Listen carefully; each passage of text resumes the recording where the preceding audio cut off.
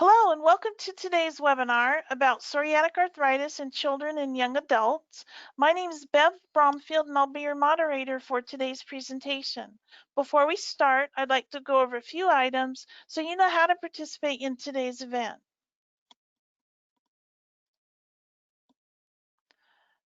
We've taken a screenshot of the attendee interface. You should see something that looks like this on your computer desktop in the upper right corner. You've joined this presentation using your computer speaker system by default. This means if you hear music through your computer, you should be able to hear the presentation. If you prefer to join over the telephone, select Use Telephone in the audio pane and the dial-in information will be displayed. You'll have the opportunity to submit questions to today's presenter by typing into the questions pane on the control panel. You can send your questions in at any time during the presentation. We'll collect these and address as many as possible during the Q&A session with our speaker, Pediatric Dermatologist, Dr. Meredith Riebschleger. Before I provide information about the foundation, I'd like to acknowledge and thank our sponsors, Amgen, Janssen, Lilly, and Novartis for their support of today's webinar. Since some of you may be new to the foundation, here's a little background information about who we are, our mission, and what we do. In July 2019, the National Psoriasis Foundation launched a new strategic plan which drives everything we do as an organization. To achieve our mission, the following goals were identified: lead collaborative and transformational research in psoriatic disease, improve health outcomes by increasing the lifespan and health of individuals living with psoriatic disease, secure resources necessary to achieve our mission-related goals. By attending today's program, you've already taken a step towards expanding your knowledge about psoriasis and psoriatic arthritis, moving towards a better understanding of what it means to live with psoriatic disease. If you or a loved one have psoriatic disease, you can help accelerate efforts towards a cure and a greater understanding of the disease by participating in the NPF Corona National Psoriasis Patient Registry, which is the largest independent observational registry of psoriasis patients in the U.S. This registry represents a network of dermatology clinics that collect and study patient health information, allowing researchers to compare the safety and efficacy of psoriasis treatments, better understand conditions that are related to psoriasis or psoriatic arthritis, and explore the history of the disease. You can share your experience with researchers about what it means to live with psoriasis and psoriatic arthritis by participating in Citizen Scientist. Answer questions and view your data along with over 5,000 participants. Data is used to help researchers gain a better understanding of the disease. To learn more and participate, visit the websites listed on the screen. We continue to improve health outcomes through our Patient Navigation Center, the world's first personalized support center for people impacted by psoriatic disease. The Foundation's Patient Navigation Center is available to help you find physicians, treatment information, navigate insurance issues, access support through our one-to-one program, and more. Contact us at 1-800-723-9166 or visit psoriasis.org/navigation-center. To achieve the Foundation's goals as mentioned, please support our mission through donations or by participating in virtual Team NPF events, such as Stamp Out Psoriasis or Cycle events. You can learn more at psoriasis.org/donate or teamnpf.org. On behalf of the National Psoriasis Foundation, thank you for attending today's webinar, where you'll learn more about the signs and symptoms of psoriatic arthritis in youth and young adults, and how that presentation may differ from older adults, how a diagnosis is made, what screenings are used to confirm the diagnosis, what treatment options are available to consider for the treatment of psoriatic arthritis in youth, resources and support to continue to learn about the disease and how to cope with a diagnosis of psoriatic arthritis. Now I'd like to introduce you to our speaker, pediatric rheumatologist, Dr. Meredith Riebschleger. Dr. Riebschleger is an assistant professor of pediatrics and a pediatric rheumatologist at Michigan Medicine CS Mott Children's Hospital in Ann Arbor. Dr. Riebschleger's clinical interest focus is on all forms of diseases that affect the joints, muscles, and nerves, which include psoriatic arthritis, rheumatoid arthritis, gout, ankylosing spondylitis, Sjogren's syndrome, lupus, and more. She has a research interest in improving healthcare delivery systems to pediatric subspecialties such as rheumatology and patient-parent reported outcomes via telemedicine. Dr. Riebschleger is a member of the American College of Rheumatology, American Academy of Pediatrics, Childhood Arthritis, and Rheumatology Research Alliance, and the Pediatric Academic Society. It is my honor to welcome Dr. Meredith Riebschleger, who will present about psoriatic arthritis in children and young adults. Please welcome Dr. Riebschleger. Good evening, everyone. I have no financial relationships to disclose.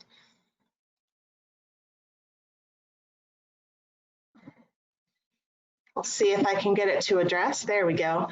So as Bev had mentioned, I'm going to be speaking about psoriatic arthritis in children and young adults. And to start, wanted to give a reminder that kids get arthritis too.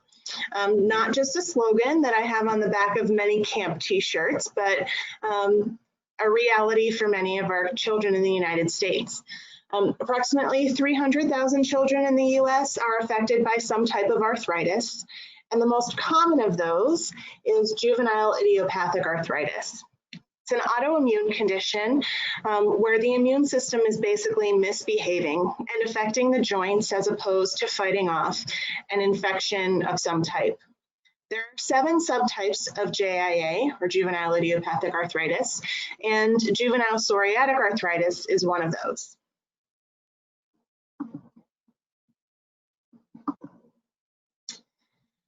So one of the things to start with is explaining exactly what arthritis is. So this first picture that has the orange box around it is a diagram of a joint.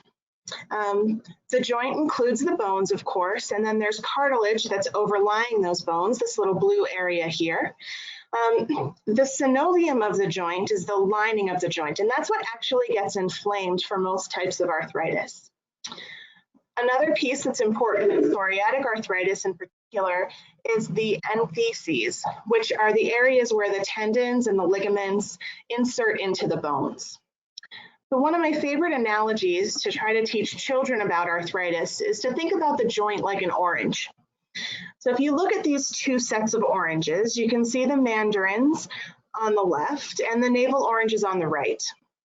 A healthy joint is like the mandarin orange. It has a very thin peel. The peel is the synovium, the lining of the joint. And when I touch the joints, when I feel those bones, I can actually tell how thickened the synovium is. When a joint gets arthritis, the synovium gets thicker, more like the navel orange, where that peel is very difficult to get away from the inside, from the juice. So what does arthritis look like in kids? Well, it generally looks pretty happy. All of these girls are smiling. We can start with the little girl on the far left. And if you look carefully, you can see that she's standing in kind of an odd way. She's got one leg pretty straight, and then the other leg is bent and out to the side. That's because the bones around the affected joints actually grow faster. And so one of the things that your pediatric rheumatologist or other physician who's caring for your child with their arthritis will look for is a difference in the length of their legs. You can also see that in this joint there is a decent amount of fluid, and you can hardly see that she has a kneecap at all. That's another one of the things that the pediatric rheumatologist or other physician will be looking for. And then finally, there's typically some heat associated with an active joint. Sometimes they'll look a little bit red, but primarily the heat is something that tells us if there is significant inflammation that's affecting it. This girl in the middle has a decent amount of arthritis affecting her hands. So you can look at the different joints in her fingers, and you can see that several of them are much wider, much larger than their counterparts on either on the other hand or else in fingers that are next to them. Those changes can last for the rest of the child's life potentially because of that bony overgrowth. And so that's one of the things that we really look for in terms of helping with our treatments to minimize those long-term deformities. This last child, on the far right has arthritis in many different areas, and she's had it for quite a long time. You can see that she's got a very small and set back jaw, and that's because the arthritis has affected her TMJs, the temporomandibular joints that help her to move her jaw. She also is very, very thin, particularly thin arms and thin legs, and that's in part because her body has been using the majority of its energy to drive inflammation to make the arthritis happen, as opposed to driving growth. It's difficult to tell in this picture because we don't have a way to measure how tall she is on the page, but she's also very short.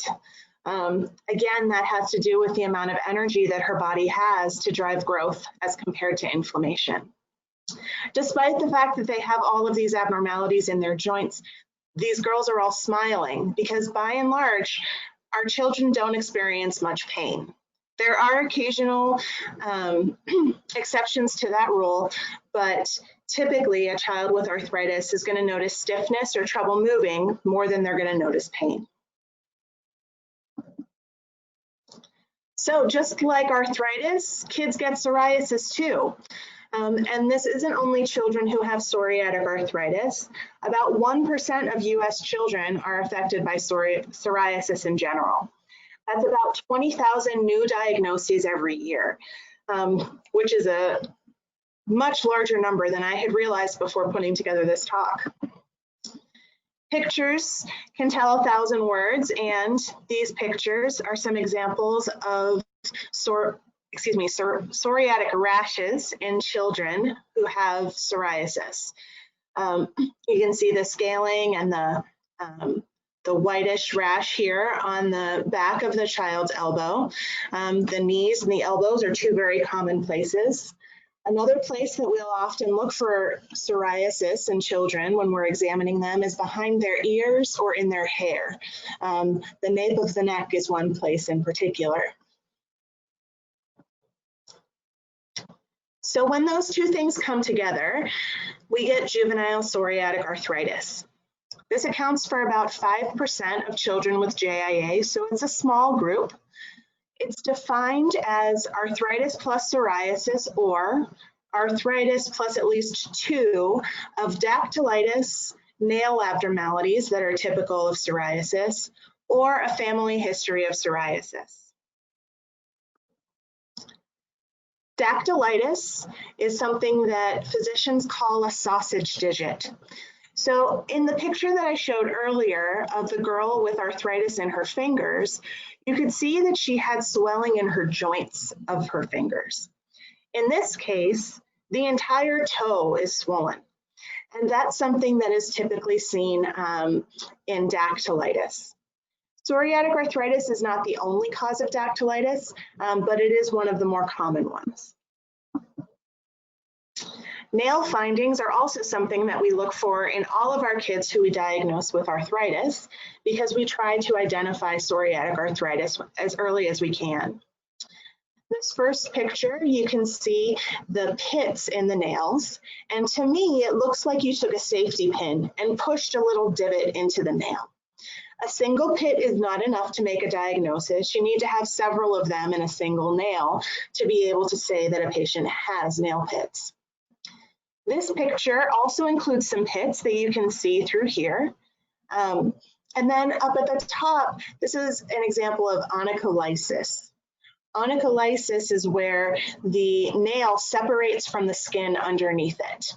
And so here you can see along the edges, there's this ragged edge to the nails because it's not fully attached to the skin or the tissues that are underlying that nail. Juvenile psoriatic arthritis presents in several different ways, but there are two main peaks and two patterns that we tend to see. Early onset disease presents in toddlers, usually between 2 and 3 years of age. This is more common in girls, and it usually affects only a few joints. Dactylitis is particularly common in this group, and that's the sausage digit that I showed you a picture of earlier. Later onset typically tends to occur in mid-adolescence. In this case, some studies will say that boys are more likely to get late onset juvenile psoriatic arthritis than girls, and others will say that the difference between boys and girls is really non-existent. Later onset juvenile psoriatic arthritis has a higher likelihood of including arthritis in the spine and in the hips, which we call axial arthritis. It's also more likely to include something called enthesitis, which I'll tell you a bit more about.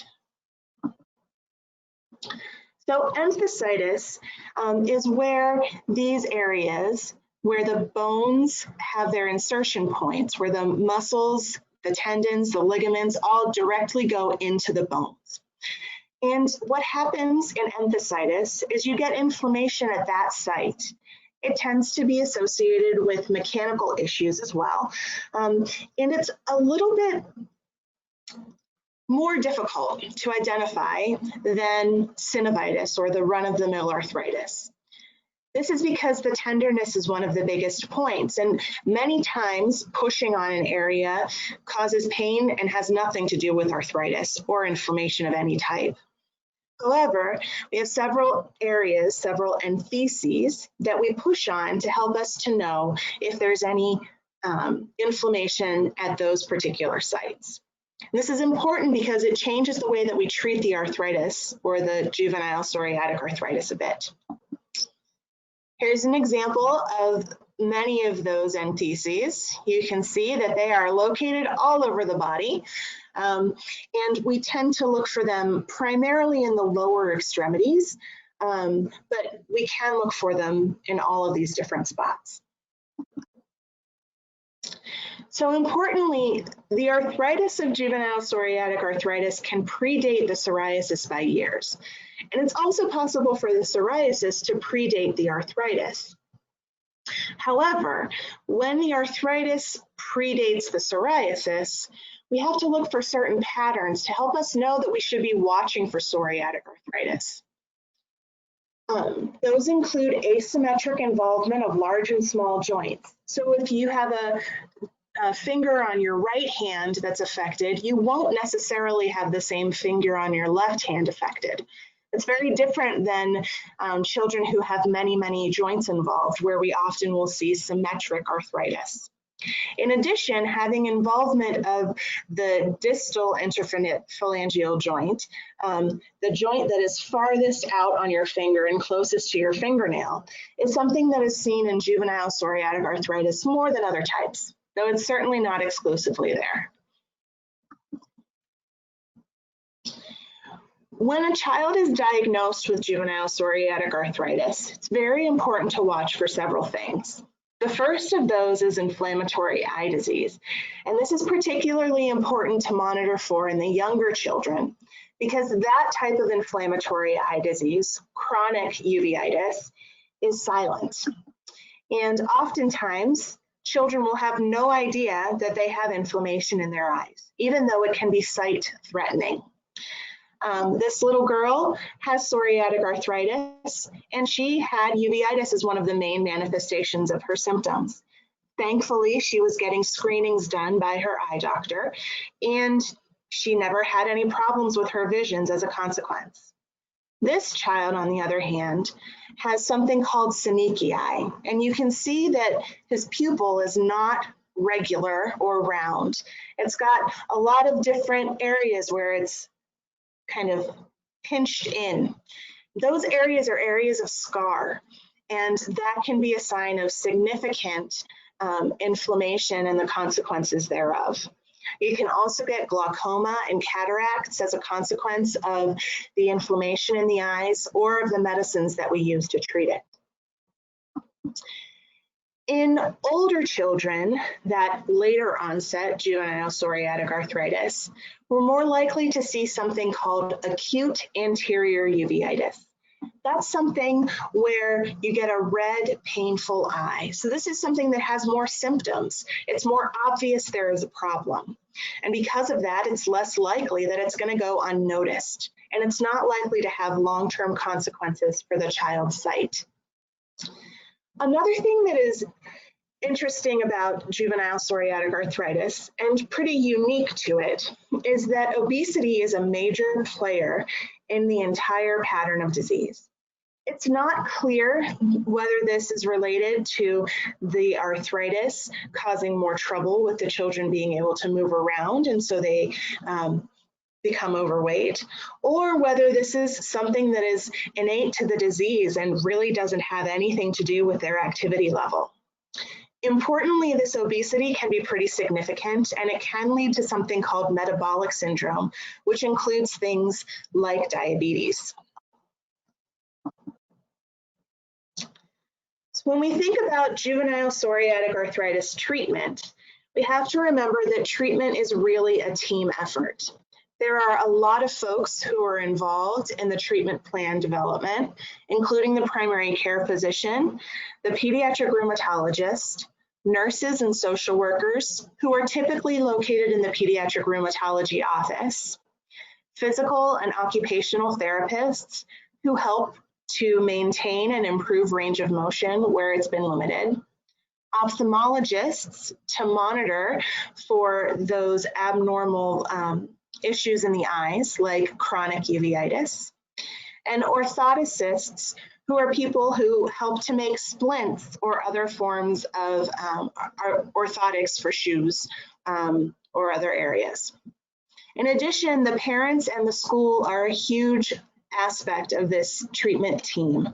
The children spend more time with their parents, their teachers, their principals, and their classmates than they do with any of the healthcare providers.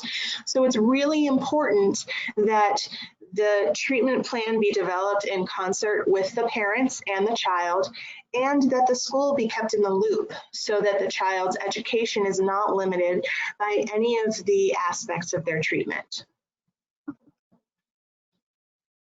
So before I start talking about medications, I want to make sure that I make it clear that this is broad strokes. This is general thoughts. This is nothing that is specific to any one child. I care for lots of children in my practice with juvenile psoriatic arthritis, and I don't think that a single one of them looks identical to another. So anytime that you have questions about treatment or you want to ask about a specific treatment for a specific child, you really should talk to their doctor about it. There are aspects of each of these treatments that are important to consider, like potential side effects, monitoring that needs to be done, the way that the medication is given, be that by mouth or by injection or infusion. And all of those things can't be communicated in a simple question in a webinar.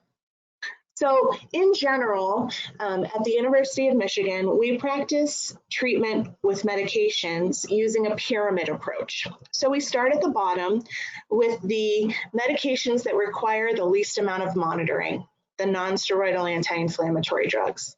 These are also the medications that are available over the counter. Naproxen or Aleve is one that we use very frequently. And ibuprofen is something that our children often have tried before they get to us. The DMARDs, or disease-modifying anti-rheumatic drugs, is a small class of medications that generally requires a little bit more monitoring for one reason or another. These are things that can impact the long-term course of the disease, and so they play an important role when they're necessary. Biologics are medications that target a specific chemical in the immune system, and in general, they're more immune suppressive than other medications in the pyramid. You can see this little skyscraper standing off to the side of the pyramid, and that's corticosteroids. Corticosteroids carry a special place in my heart, both in terms of good things and bad things. Corticosteroids can be very, very effective. They work quickly and they generally work well. However, they have a crazy amount of potential side effects, and they are not good for children when used in the long term. Corticosteroids can be given by mouth, or by injection, or they can be distilled into the eyes with drops. And in each of those circumstances, they tend to work quite well. However, with psoriatic arthritis in particular, there's a significant risk associated with using corticosteroids by mouth. And that is that when steroids are tapered off, when they're decreased over time, there's a high risk of the psoriasis, the rashes, actually coming back with a vengeance, much worse than they were before. And so we really try to use corticosteroids sparingly in our patients with juvenile psoriatic arthritis. I'm going to go into a little bit more detail about these different classes of medicines. Non-steroidal drugs, as I said, include naproxen and ibuprofen and about 30 other medications. There are choices that are once a day, twice a day, 3 times a day. And there are choices that are pills, creams, or liquids. Some medications can be crushed and some cannot. That's one of the reasons why having a pediatric rheumatologist is one of the important things for young children who aren't yet able to swallow pills. Of note, for any parents out there, the best time to teach your child to swallow pills is earlier than you think. 4 or 5 years of age is when our nurses recommend that children learn how to swallow pills, because that's before their brains start to get in the way. Next class of medications. Oh, actually, I forgot to mention the side effects of NSAIDs. I apologize. Non-steroidal anti-inflammatory drugs can upset the stomach. They can cause irritation of the lining of the stomach, and they can actually result in blood in the bowel movements. Those are pretty significant side effects, and so we need to know about them if they're occurring. This can be manifested by children having an increased appetite or a decreased appetite. Sometimes they'll complain of abdominal pain and sometimes they will not. In addition, although it doesn't make a lot of sense because they're also used to treat headaches, sometimes NSAIDs can cause headaches. So that's one of the other side effects that we look for in our kids. All right, now moving on to the disease-modifying anti-rheumatic drugs. Methotrexate is the most famous of these and can be found on almost any juvenile arthritis website. It's a medication that is also used in doses 100 to 1,000 times bigger to treat cancers. And so it's important that when you are looking into methotrexate, if that's proposed as a treatment for your child, that you look at sites that talk about arthritis, because the series of side effects are very different. That said, methotrexate is a medication that can have quite a great deal of side effects, and those side effects can interfere with children's willingness to continue to take them. Methotrexate is given by either injection or by mouth, and it's given once a week. We also give a vitamin called folic acid to try to prevent side effects, and that is taken every day. Major methotrexate side effects include nausea around the time of the dose, extra tiredness around the time of the dose, and mouth sores. In addition, methotrexate requires laboratory monitoring because it can decrease the blood counts and it can also irritate the liver. Finally, for our older patients, our teens, it's important for them to know that it can cause birth defects if a woman were to get pregnant while taking it, or if a man were to father a child while taking it.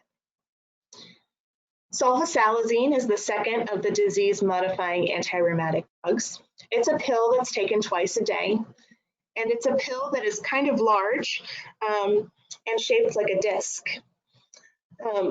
Sulfasalazine is not quite as effective as methotrexate if you look at a large group of people, but in some patients, sulfasalazine works better than methotrexate does. So it really has to be individualized care. Sulfasalazine can potentially cause diarrhea and abdominal pain, and it also is likely to irritate the liver, so labs need to be monitored. Leflunomide or Arava is one of the medications that I'm going to mention that is not FDA approved for use in children. Despite the fact that it's not FDA approved for use in children, we have used it in children for many years in pediatric rheumatology. It is also included in many, if not all, of our national organization recommendations, like the American College of Rheumatology's recommendations for juvenile arthritis. Arava is very similar to methotrexate, so my favorite time to use it is if I have a child who responded well to methotrexate but had side effects, because Arava doesn't tend to have the same side effects that people notice. It does, however, still have the potential to irritate the liver and to drop the blood counts, and so it's important to have lab monitoring done while you're on Arava as well. Plaquenil is the last of the medicines in this group, the disease-modifying anti-rheumatic drugs, and it's the least toxic. Doesn't require any laboratory monitoring at all. However, it can cause some issues with the vision, so it's very important that the child's ophthalmologist be aware of the fact that they're taking it. At the doses that most pediatric rheumatologists use, it is highly unlikely to cause any issues, but we would much rather be safe than sorry. Plaquenil's major side effect is that it can make children gassy. I have some patients who actually call it the farting medicine. Typically, because of that, we encourage them to take it before bed so that they're blowing up their sheets at night instead of embarrassing themselves at school. Gonna move on to talk about the biologics now. And pay attention to the stars, because the stars, like Arava on the prior page, are medications that are not currently FDA approved for use in children. I also want to call out the National Psoriasis Foundation's website for a fantastic treatment comparison chart looking at the biologics. I use this on an almost daily basis in clinic. In fact, I pulled it up today while I was seeing a patient who has a disease similar to, but not exactly like, juvenile psoriatic arthritis.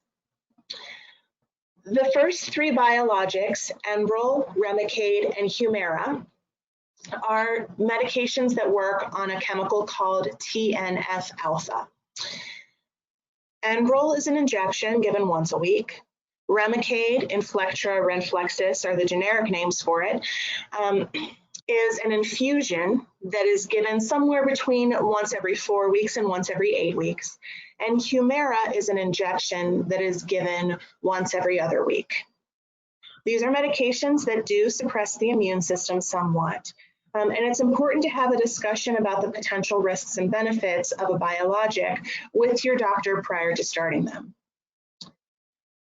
Another biologic that is FDA approved for use in children is Orencia, or abatacept. Orencia works on a different chemical and on different cells called T cells. Sometimes it can take a long time to kick in, but it has very little in the way of side effects and tends to be very well tolerated. Taltz is a medication that works on a chemical called IL-17.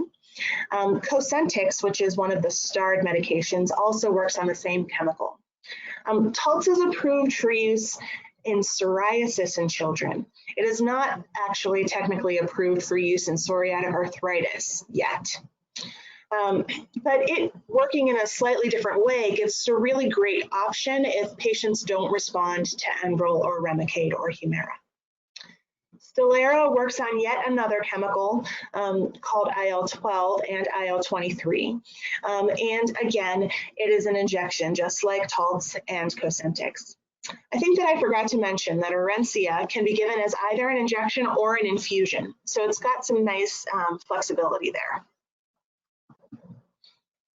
All right, in addition to medications, physical therapy and occupational therapy can be critically important for children with juvenile psoriatic arthritis. This is because they'll often lose range of motion when they've got active arthritis in a joint. Particularly the wrists have a tendency to freeze very quickly, and having the ability to use your wrists is important in many different areas of life. So physical and occupational therapists will work with children to improve and maintain their range of motion. Sometimes they'll provide those children with splints that they can either wear all of the time or overnight. Ring splints are a specific example that we'll use for kids who have arthritis in their hands. In addition, some children learn activities in a slightly incorrect way. Many kids who have arthritis in their lower extremities don't run correctly. They run with a little skip hop or a limp, or they gallop instead of running. And so many times patients have to be retaught how to run. We call that gait training. And we'll send children to see physical therapists specifically for that. In addition to all of these things that are helpful with regard to the specific movements of the specific joints, oftentimes children who have psoriatic arthritis can become deconditioned. And so helping with their conditioning, helping them to regain strength is another reason that we sometimes will send people to see a physical or occupational therapist. All right, some alternative treatments for juvenile psoriatic arthritis. And there are some, again, great sites on the National Psoriasis Foundation's website that address each of these things. I'm just going to call out a couple of the specific details that I think it's really important for you to be aware of. The first within those herbal supplements is that there are some herbal supplements that interact with other drugs. So one example is turmeric. Turmeric is a great medication that has, or not medication, a great supplement, excuse me, that has been recommended by many different groups for people who have inflammatory diseases. It's basically like an NSAID that comes from a plant instead of a lab. The downside is that if you take it in combination with other NSAIDs, it can cause problems. It's like taking ibuprofen and naproxen at the same time, and that's not something that we want you to do. So it's important for your doctor to know that your child is taking turmeric so that they can make appropriate decisions with regard to their other medications. I often get questions about things like CBD oil and lavender and lemongrass oil and other things like that in my clinic. I don't always have the answers, but I do always have the opportunity to look those things up and then get back to the families about whether it would be safe in combination with the specific medications that their children are taking. Dietary changes are another hot topic. If you go on the web, you'll find in many areas recommendations for anti-inflammatory diets of this type and that type. There are lots of recommendations and not very much data. One thing that we know for psoriatic arthritis is that trying to avoid that trap of obesity is a really important one. So a low-calorie diet is something that is recommended for some people. It's very important to recognize, though, that we don't want children to lose weight. With only a very small number of exceptions, our goal with children, as opposed to having them lose weight, is to slow the rate of gaining weight. So if you have a child, even one who is quite overweight, eventually the hope is that their height is going to catch up to their weight. And so we don't encourage them to lose weight. Instead, by and large, we encourage them to try to slow the rate with which they're gaining weight. People often mention things like a gluten-free diet or a vegan diet, and I have had patients who have tried every variety of diets under the sun. Some of them have experienced marked improvement in their symptoms, and I can't say whether or not it's definitely due to the dietary changes, but I can tell you that the patients believe it, and I wouldn't say no to them.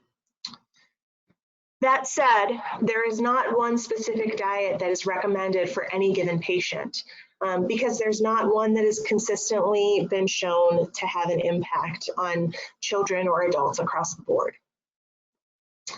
One of the things that we know about autoimmune diseases in general is that stress has a tendency to cause flares.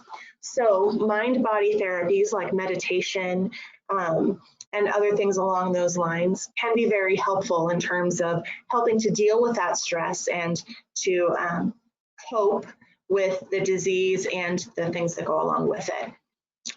Acupuncture is another interesting area, and acupuncture and massage are things that have been used by many individuals with some good impact, particularly on their pain. Most importantly, please, please, please tell your doctor about any alternative therapies that you're considering. Ideally before you start them, but if you've started them, please tell them after you've started them. It's very important that we know everything that your child is doing so that we can keep our promise to do no harm. All right, almost done. Talking about some long-term outcomes for juvenile psoriatic arthritis. And unfortunately, this is an area where we don't have the best of news.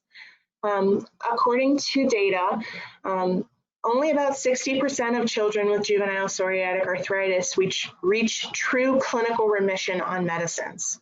This means that they have no signs of active arthritis, no signs of any active inflammation.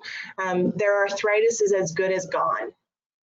And unfortunately, as many as 33% of children with juvenile psoriatic arthritis have long-term functional limitations. So that's 1 in 3, and that's concerning when families and children hear about those statistics. However, there are also some really fantastic outcomes. These are not all people who have juvenile psoriatic arthritis.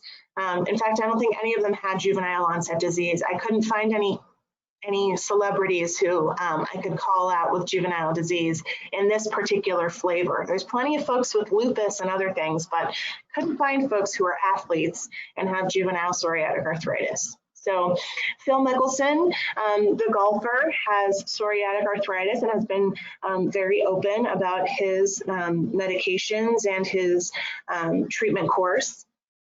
Abel Gonzalez is an American Ninja Warrior athlete, and he has rheumatoid arthritis and is able to compete on the highest level with these incredible feats. And then Wozniacki is a tennis player who also has rheumatoid arthritis. And there are examples of professional athletes of all different types with many different rheumatologic diseases, gold medalists who have had lupus, psoriatic arthritis, and other such things. A few resources that I wanted to bring out for our families who have psoriatic arthritis. So the first one is the Arthritis Foundation has a juvenile arthritis website. This website has a lot of different resources on it. And if you page down, you'll be able to find that there's information about connecting with communities, living with arthritis, camps and conferences, this year particularly virtually. And then setting your child up for success has to do with school resources, and that's one of the most important areas for us to keep an eye on. Can you take me back to the presentation, Bev? Thank you. The National Psoriasis Foundation also has a site for teens and young adults called Our Spot, and that also has some great resources on it. I want to call out something about the resources for school.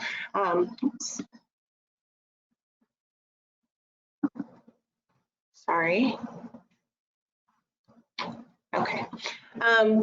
So with regard to school, there are many different laws that help to protect children with disabilities. And technically, juvenile arthritis of all types, including juvenile psoriatic arthritis, is a disability. Many times I'll hear parents say that they don't want their child to be treated differently. But what would be most difficult would be if the child needed accommodations and couldn't get them. So I generally recommend that parents and children consider talking to their school about the need for something called a 504 plan. And a 504 plan is a safety net. It's something that you hope you'll never need, and something that you really only need if things go wrong. But it can be very, very helpful, particularly if a child experiences arthritis in their hands or excessive fatigue with their medications, or if they have to miss a lot of school because of their treatment regimen. And a 504 plan can help to obtain the accommodations and resources that your child needs to succeed in school despite their juvenile psoriatic arthritis or other type of arthritis. All right. Another important resource is other people who have experienced similar things. No person's journey is exactly like everyone else's, but there are a lot of shared experiences, and knowing that someone else is out there who has had some of the same challenges as you can make a big difference, particularly for a kid. The Arthritis Foundation has camps in, if not every state in the country, almost every state in the country. This year they're being held virtually, but hopefully they'll return next year in person. And I can tell you that as one of the camp doctors, Camp Dakota, our camp in Michigan, has made a huge difference for many of my patients. A few pictures for you of our experiences at Lions Bear Lake Camp, or Camp Dakota. Just like any other camp, our kids do arts and crafts. Many of our counselors are actually graduates of the camp and have arthritis themselves.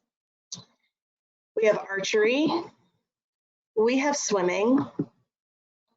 We have learning how to cook over a campfire. Our waterfront is a fantastic place to play and to make friends. And we have a climbing wall. You wouldn't believe how many children with arthritis don't think that they would be able to climb this climbing wall, and yet they can. After the climbing wall, we have the zip line, which is a great treat.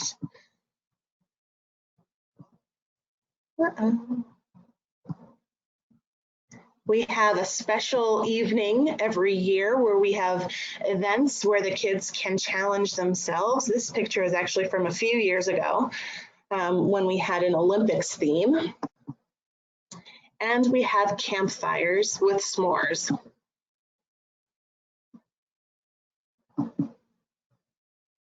And of course, grown-ups dressing up in crazy and silly things. So I believe that that's all that I had. Happy to take any questions. Okay, great. Well, thank you, Dr. Riebschleger, for your presentation and providing such an informative webinar. There are definitely a lot of new information for us. Thank you. So it's now time for the Q&A portion of this webcast. If you have any additional questions based on what you've just heard, please submit them now through the questions panel on your attendee interface. We'll attempt to answer as many questions as possible in the remaining time. So Dr. Riebschleger, first question, how does psoriatic arthritis present differently than other types of juvenile arthritis, say perhaps rheumatoid arthritis? So each of the 7 types of arthritis is a little bit different. Juvenile psoriatic arthritis has a tendency to affect both large and small joints, so knees and fingers or toes, wrists and fingers, ankles and toes. And so that's one thing that makes it special. Another thing is the presence of that enthesitis, or the pain at those tendon and muscle and ligament insertion sites in the bones.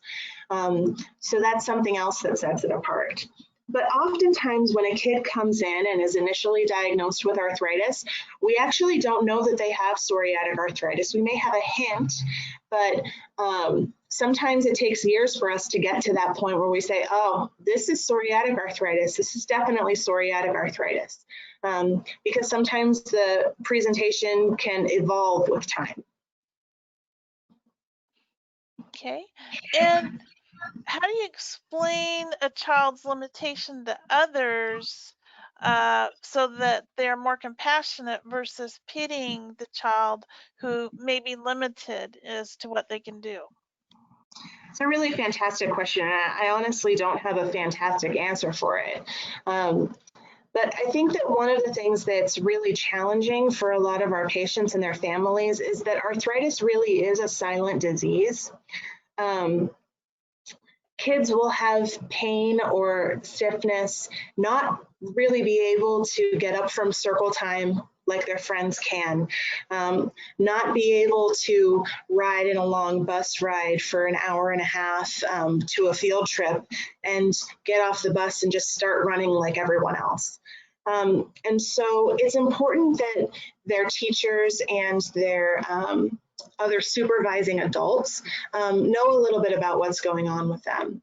So there are a lot of great resources on the Arthritis Foundation's website,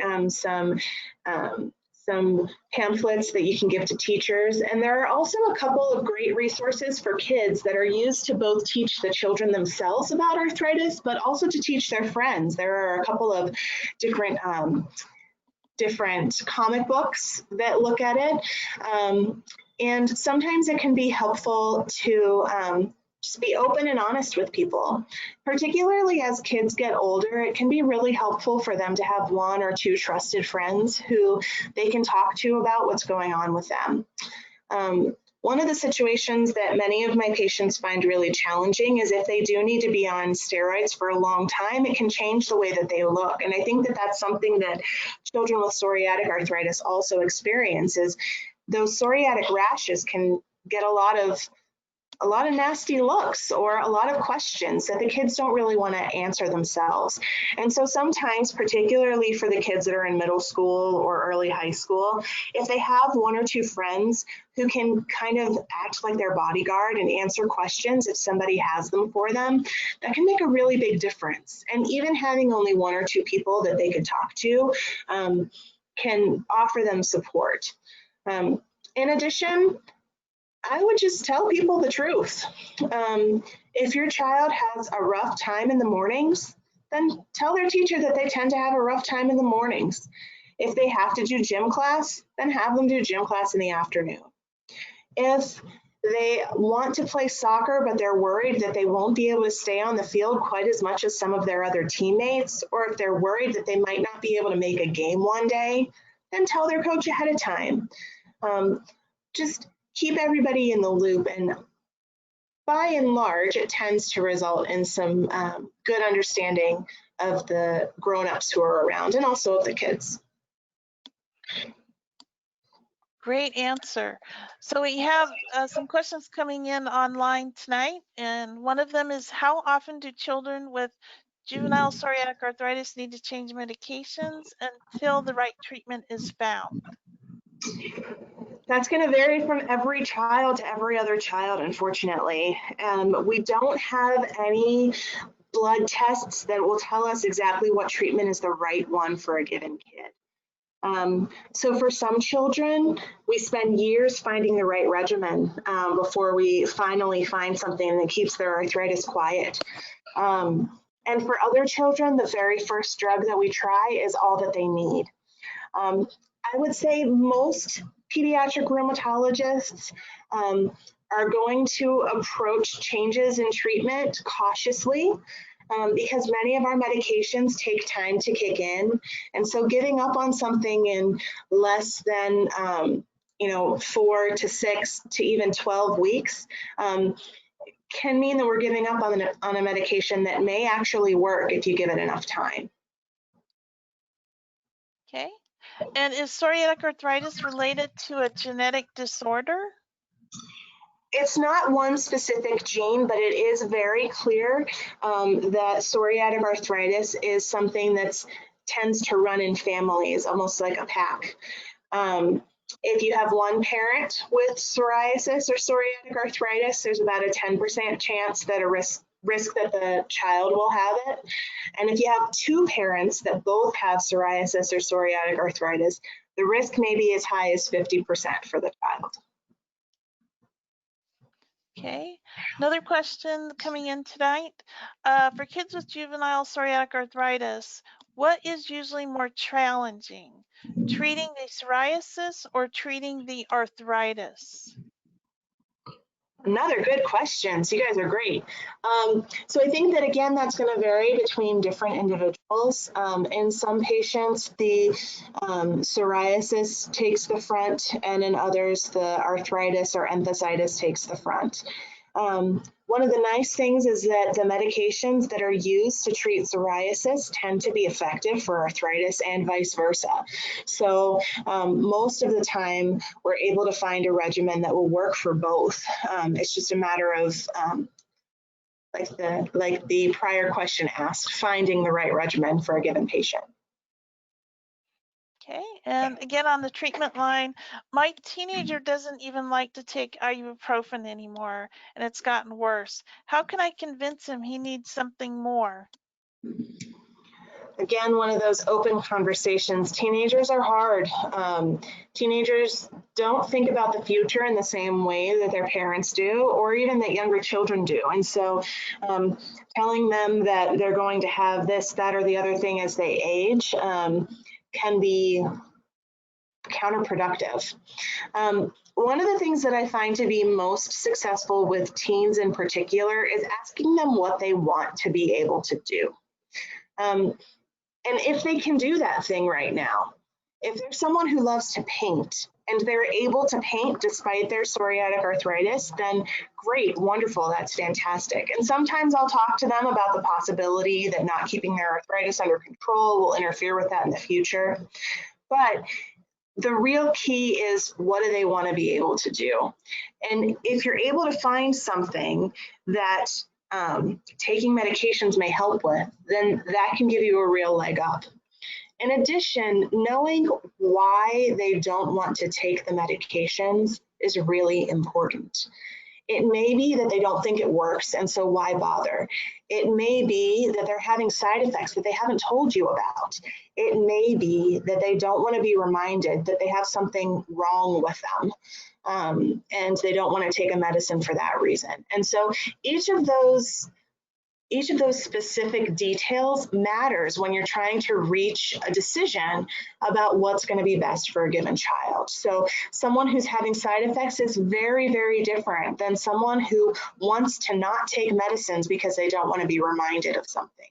Someone who doesn't like shots is very different than someone who just hasn't found the thing that works yet and is ready to give up because they don't think they'll ever find anything.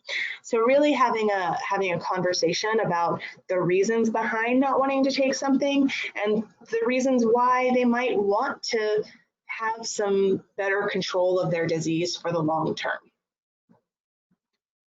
Okay, another question for you, and you sort of already answered this, but is it possible to have a sort of a low-level psoriatic arthritis when the child complains of pain, such as trouble walking in the morning, but there are no physical manifestations of swelling?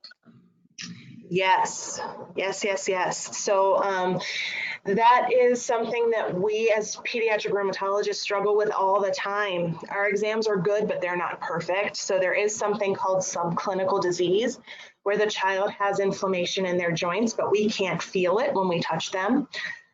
In addition, enthesitis is something that is very difficult to really quantify, to really carefully suss out. It's a little more squishy than many other things that we diagnose. And so if someone is having a lot of symptoms, particularly symptoms of pain, enthesitis is one of the things that I look to. Another thing to keep in mind for these kids is that there is something called amplified musculoskeletal pain. We call it AMPS in our clinic. And it's like fibromyalgia in kids. And the reason we don't call it fibromyalgia is because that word has a lot of baggage that goes along with it. A lot of people think, oh, fibromyalgia, that's not real. That's in people's heads. They're making up pain. It's just an excuse.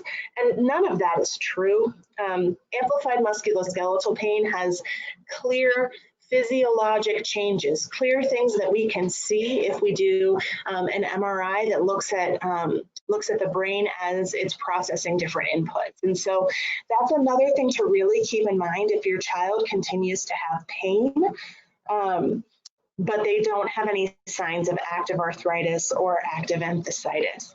And that's particularly the case if the pattern of their pain is not like a classic arthritis one where the pain is worse in the morning or stiffness is associated with it.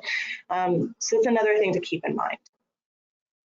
Okay, a couple more questions. Are there certain sports which are more suitable for kids with psoriatic arthritis? In general, I recommend swimming for everyone because it is going to be very low impact and not put much additional stress on the joints. But there aren't any sports or activities that I exclude my children from doing, my patients, I should say, from doing. Ideally, if they're on medications that make them more sensitive to the sun, they will wear sunscreen whenever they are out and about. Methotrexate is one that can do that. The biologics are others. But there's not one specific sport that's going to be better for all children with juvenile psoriatic arthritis. What's most important is allowing the child to continue to participate in something that they love. I definitely agree.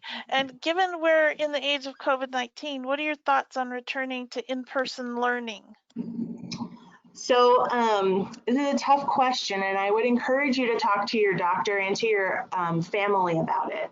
But my general answer is that I will support my families in whatever it is that they choose to do. We know that stress is something that can bring on flares of arthritis and of psoriasis. And so avoiding stress is really important, or if you can't avoid it, minimizing it. We don't have any information, any data from studies that tell us that children, even those who are on immunosuppressive medications, are at higher risk as compared to their peers.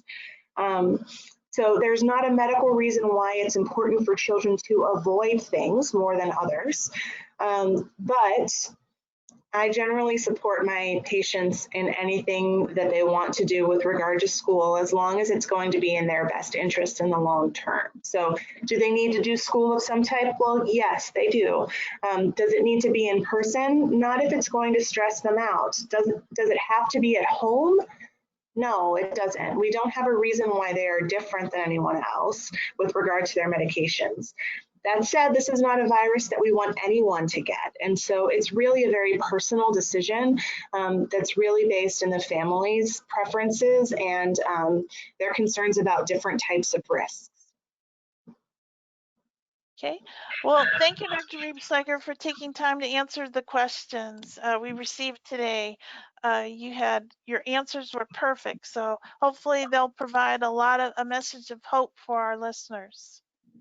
Well, thank you very much for inviting me. I had a wonderful time giving the talk. Great. Glad you could be here tonight. Thank you. So a resource that Dr. Riebschleger mentioned is Our Spot. Our Spot has resources specific to youth and you as a parent. So please visit Our Spot at psoriasis.org/our-spot. Resources include age-appropriate information up to age 18, personal stories, access to ordering a welcome kit for teens or ages 12 and under, which includes a booklet about management and coping with psoriasis and psoriatic arthritis. You can find this webinar and others in the resource box at Our Spot. Additional webinars include a pediatric treatment update, understanding education law and how it affects your child, and coping with psoriatic disease, helping your child navigate school and beyond. Contact the Patient Navigation Center if you still have questions, would like additional information about treatment options, need help finding a physician, or are having issues with accessing treatments. You can contact our Patient Navigation Center by phone, email, or live chat as indicated on the screen. You can also contact the Navigation Center to ask about connecting with other parents through the one-to-one program, which offers trained volunteers who have a connection to the disease. Reach out at education@psoriasis.org or call 1-800-723-9166, option 1. In addition to today's webinar, podcasts are also available through Apple Podcasts, Google Play, Spotify, iHeartRadio, or a feed service of your choice. You can access podcasts at the website listed here. If you'd like more information about psoriatic arthritis or treatment guidelines for managing psoriasis in youth, catch episodes number 50 by pediatric dermatologist Dr. Laura Wineley, or Domains of Psoriatic Arthritis by rheumatologist Dr. Evan Siegel. Once you leave today's webinar, you'll receive a survey to provide feedback about the presentation. Tell us what you think. We value and appreciate your comments. I'd like to again extend a sincere thank you to our sponsors, Amgen, Janssen, Lilly, and Novartis for their support of today's webinar.